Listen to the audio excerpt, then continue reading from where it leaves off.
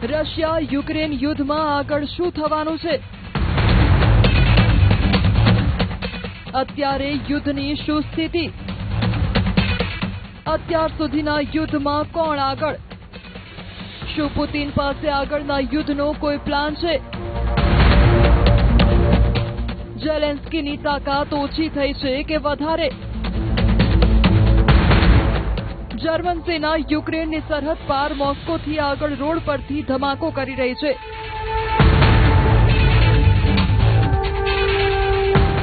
યોદ્ધાઓ મિસાઇલોથી યુક્રેનના અલગ અલગ શહેરોને ટાર્ગેટ બનાવી રહ્યા છે.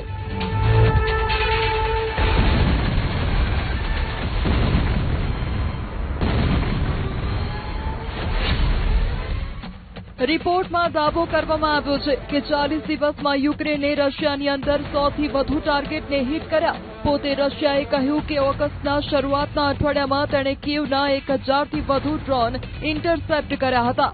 જ્યારે માત્ર એક અઠવાડિયાની અંદર રશિયાએ 60થી વધુ બેલિસ્ટિક મિસાઇલો છોડી, 1500થી વધુ ડ્રોન એટેક કર્યા અને એટલા જ ગાઇડેડ એરિયલ બોમ્બ યુક્રેન પર છોડ્યા. સવાલ એ છે કે યુદ્ધ કોણ ઈચ્છી રહ્યું છે? એક્સપર્ટ્સનું માનીએ તો આ યુદ્ધને અત્યાર સુધી કોઈ જીતી શક્યું નથી.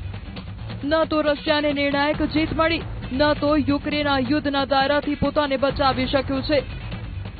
એક તરફ રશિયાની મિસાઇલો અને ડ્રોન યુક્રેનિયન શહેરોને તબાહ કરી રહ્યા છે. બીજી તરફ યુક્રેનિયન ડ્રોન મોસ્કોના વિસ્તારમાં પહોંચીને રશિયન તેલ રિફાઇનરીઓ અને લોજિસ્ટિક્સને નિશાન બનાવી રહ્યા છે. જમીન પર ફ્રન્ટલાઇન ઠપ પડી છે, જ્યાં બંને તરફ નુકસાન વધી રહ્યું છે, પરંતુ કોઈ પણ પક્ષ સંપૂર્ણપણે હાવી થઈ શકી રહ્યો નથી.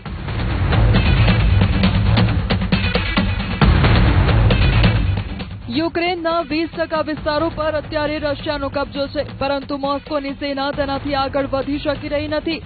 સંખ્યાના હિસાબે રશિયા ફાયદામાં છે, પરંતુ તેનું નુકસાન ઘણું મોટું છે. યુક્રેન બચાવમાં ઘણું મજબૂત દેખાઈ રહ્યું છે. નવી ટેકનોલોજીથી રશિયાની અંદર સુધી નુકસાન પહોંચાડી રહ્યું છે અને કેટલીક જગ્યાએ તેણે રશિયા પાસેથી પોતાનો વિસ્તાર પણ છીનવી લીધો છે. અને આ રીતે આ યુદ્ધ બંને તરફથી આમાં વધુ પીસાવાવાળું બની ગયું છે. આ તસવીર રશિયાની અંદરની છે, મોસ્કોની આસપાસની. યુક્રેન વારંવાર રશિયાની સૌથી મોટી રિટેલ ચેન વાઇલ્ડ બેરીઝ વેરહાઉસને નિશાન બનાવી રહ્યું છે. 2 દિવસ પહેલા યુક્રેનના લોંગ રેન્જ હુમલા બાદ કોલેદિનોમાં રશિયાની સૌથી મોટી ઓનલાઈન રિટેલ કંપની વાઇલ્ડ બેરીઝના વિશાળ વેરહાઉસમાંથી કાળો ધુમાડો ઉડતો દેખાયો. આ હુમલામાં એક વ્યક્તિનું મોત પણ થઈ ગયું. રશિયાએ દાવો કર્યો કે તેણે 800થી વધુ યુક્રેનિયનને ઠાર કર્યા છે, પરંતુ કીવના હુમલા બાદ વાઇલ્ડ બેરીઝમાં આગ લાગી ગઈ. હવે સવાલ એ છે કે યુક્રેન વારંવાર રશિયાની આ મોટી કંપનીને શા માટે નિશાન બનાવી રહ્યું છે? કીવનો આરોપ છે કે આ કંપની રશિયાની સેનાને સૈન્ય સપ્લાયમાં મદદ કરે છે. захищають все те, по чому вони б'ють нас, розуміючи, що ми будемо дзеркально відповідати.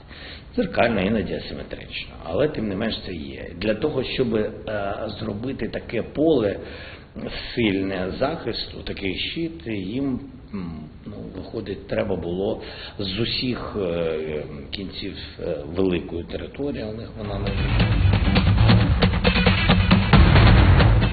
બીજી તરફ રશિયાની વ્યૂહરચના બિલકુલ અલગ છે. મોસ્કો ઈચ્છે છે કે યુક્રેનને સૌથી વધુ જરૂર ડિફેન્સની છે. આથી રશિયા સતત બેલિસ્ટિક મિસાઇલ અને ડ્રોન મિક્સ કરીને ઉપયોગ કરી રહ્યું છે, જેથી યુક્રેનની એર ડિફેન્સ સિસ્ટમ પર દબાણ વધે. એક તરફ રશિયા યુક્રેનની ઉર્જા અને ઔદ્યોગિક ક્ષમતાને નબળી કરવા માંગે છે, ત્યાં બીજી તરફ યુક્રેન રશિયાની તેલ લોજિસ્ટિક્સ અને સૈન્ય સપ્લાય ચેનને કાપવાનો પ્રયાસ કરી રહ્યું છે. અને આ જ કારણે આવનારા દિવસોનું યુદ્ધ માત્ર બોર્ડર સુધી નહીં લડાય.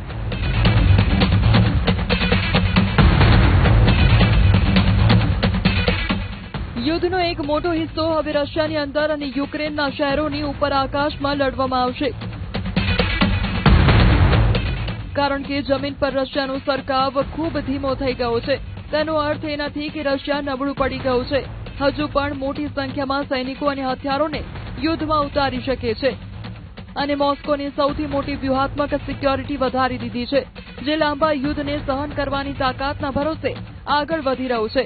પરંતુ સમસ્યા એ છે કે જમીન પર દરેક કિલોમીટરની મદદ માટે રશિયાને ભારે મુશ્કેલી ઉઠાવવી પડી રહી છે અને યુક્રેન આ જ નબળાઈને પકડવાનો પ્રયાસ કરી રહ્યું છે.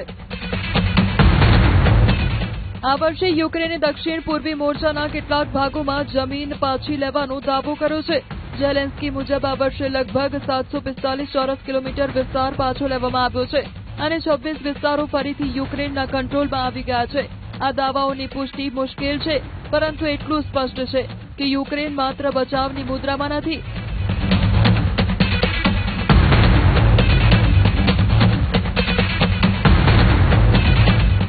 કારણ કે એટલી જલ્દી તેની તાકાત ખતમ થઈ નથી, પરંતુ તેની તાકાતનું સ્વરૂપ બદલાઈ ગયું છે. પહેલા યુક્રેનની સૌથી મોટી ચિંતા હતી કે તે રશિયન સેનાને પોતાની સરહદની અંદર રોકી શકે.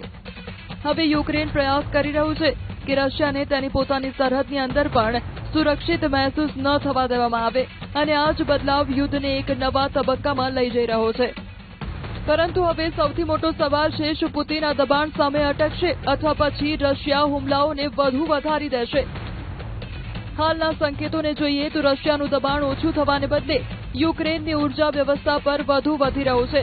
પુતિનનો દાવો છે કે રશિયા શિયાળાથી પહેલા ઉર્જા માળખાને નબળું કરવાની વ્યૂહરચના પર કામ કરી રહ્યું છે અને યુક્રેનના દાવાઓની જેમ રશિયાએ યુક્રેન પર અચાનક હુમલા તેજ કરી દીધા છે અને તેના વિસ્તારમાં હવે નાગરિક સુવિધાઓ પર સતત હુમલા થઈ રહ્યા છે.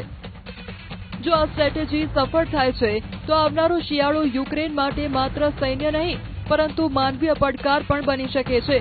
વીજળી, હીટિંગ, પાણી અને ઉદ્યોગ આમાંથી કોઈ એક પર લાંબુ દબાણ પણ યુક્રેનની અર્થવ્યવસ્થા અને સામાન્ય લોકો પર ભારે અસર પાડી શકે છે. Ударів, тобто там ми проходимо, вони її посилюють, але ми проходимо. Москва – це складне питання, питання ж не тільки просто, що це символічна столиця. Ми ж відповідаємо на їх удари, але скільки б у тебе не було ППО, в будь-якому випадку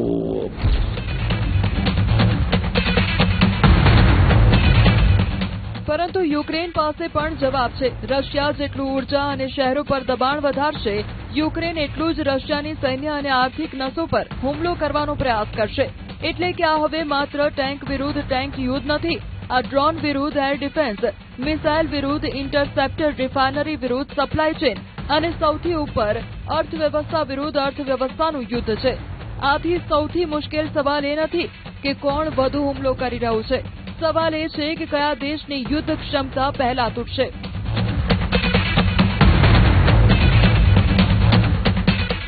રશિયા સામે પડકાર છે, લાંબા યુદ્ધની કિંમત, સૈનિકો અને સાધનોનું નુકસાન અને પોતાના વિશાળ વિસ્તારને ડ્રોન હુમલાઓથી બચાવવા. યુક્રેન સામે પડકાર અલગ છે, તેને સતત પશ્ચિમી હથિયારોની અને ડિફેન્સની જરૂર છે. ખાસ કરીને બેલિસ્ટિક મિસાઇલોથી બચવા માટે ઇન્ટરસેપ્ટરની અછત યુક્રેનની મોટી નબળાઈ બની રહી છે. અને આ જ આ યુદ્ધનો આગામી પડાવ મોરચો બની રહ્યો છે. અમેરિકા, રશિયા અને યુક્રેન બંને જાણે છે કે યુદ્ધના મેદાનમાં જેટલી લડાઈ થઈ રહી છે એટલી જ લડાઈ સપ્લાય અને સમર્થનના મોરચે પણ થઈ રહી છે. યુક્રેનને જો વધુ એર ડિફેન્સ, લાંબા અંતરના હથિયારો અને રોડ મળે છે તો રશિયાની અંદર વધુ દૂર સુધી હુમલો કરી શકે છે અને જો રશિયાને વધુ સમય અને સંસાધનો મળે છે તો મોસ્કો યુક્રેનના શહેરો અને ઉર્જા માળખા પર દબાણ વધારી શકે છે. અને આ જ કારણે યુદ્ધનો વધુ એક મોરચો છે, વાતચીત. કારણ કે સૈન્ય મોરચે નિર્ણાયક જીત મળી રહી નથી અને બંને પક્ષોની કિંમત સતત વધી રહી છે. પરંતુ વાતચીતમાં પણ સૌથી મોટી સમસ્યા એ જ જમીન. તેની સુરક્ષાની ગેરંટી કોણ આપશે અને યુદ્ધ અટક્યા બાદ યુક્રેનને ભવિષ્યમાં રશિયા વિરુદ્ધ કેટલી સૈન્ય તાકાત રાખવાની પરવાનગી હોય?